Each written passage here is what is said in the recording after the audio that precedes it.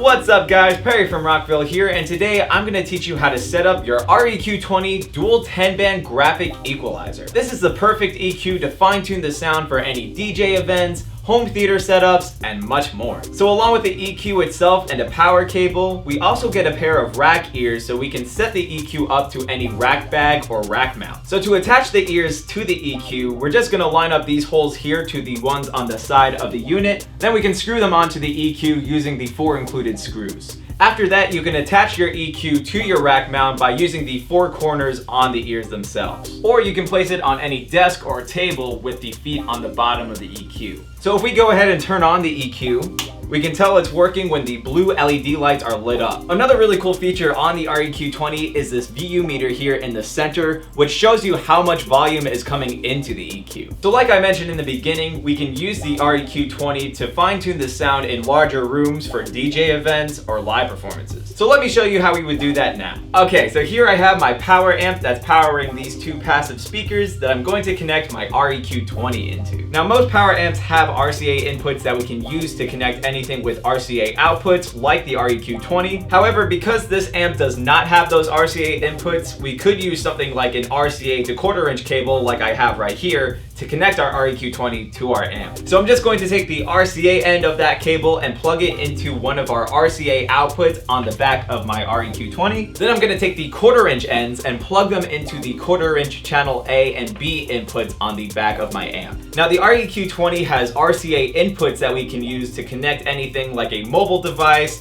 laptop, turntable, interface, etc. So for today's demo, I'm using an RCA to aux cable to connect my mobile phone to the REQ20. So for any setups you guys want to try at home, just be sure your device is connected to something with RCA outputs so you can connect those into the RCA inputs of your EQ. So now I'm going to go ahead and turn on my power amp. Then you'll want to be sure to raise the volume knobs on the front of your power amp so that music is coming out of the speakers. And then we're going to want to raise the volume sliders here on the front of the EQ. Now, as the name suggests, there are 10 bands of frequencies that we can adjust for both the left and right channels for our stereo setups. So anywhere from 32 to 250 Hertz would be considered our bass section. From 500 Hertz to 2 kilohertz would be considered our mid-range section. And finally, anywhere from 4 kilohertz to 16 kilohertz would be considered our treble section. So as we listen to how the EQ sounds, I'm first going to start with a flat EQ and then adjust my EQs from there to really show you the difference. Here we go.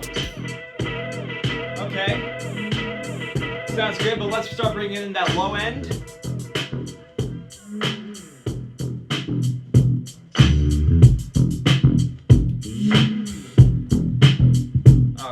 Feeling that thump.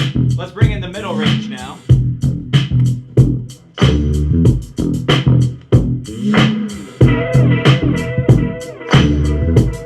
You definitely hear more body right now with the mid-range in.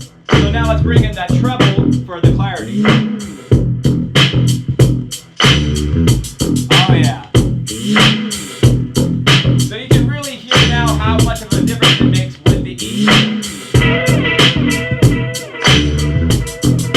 We can also use the REQ20 with any home theater setups with a receiver. So let me show you how we would set that up next. Alright, so here I have the Bluetooth receiver and 2 rock shelves that I would typically use for a home theater setup. And while most receivers are built with an EQ section, something like the REQ20 would be really good for our setup to really fine-tune the sounds that we want to hear coming out of our speakers. I'm going to need an RCA cable. I'm going to take one end and plug it into the RCA output on my REQ20. Then I'm going to take the other end and plug it into the RCA aux input on the back of my receiver. For demo purposes, I'm going to use my mobile device again to test out our system. But for a home theater setup with your TV, you would just need an RCA cable to connect from the RCA outputs on your TV to the RCA input on the back of your EQ. So now I'm going to go ahead and turn on my Bluetooth. Now because we're using the aux RCA input, I'm going to want to make sure our receiver is in aux mode. Then I'll want to raise the main volume on our Bluetooth so that sound comes out of our speakers. So again, I'm just going to play some music from my phone and adjust the EQ as the music plays. Sounds good. Let me just bring in that low end. You really hear the battle marching in now. But let's bring up that mid-range too. Epicness intensifies. Now let's bring up the high end. Woo!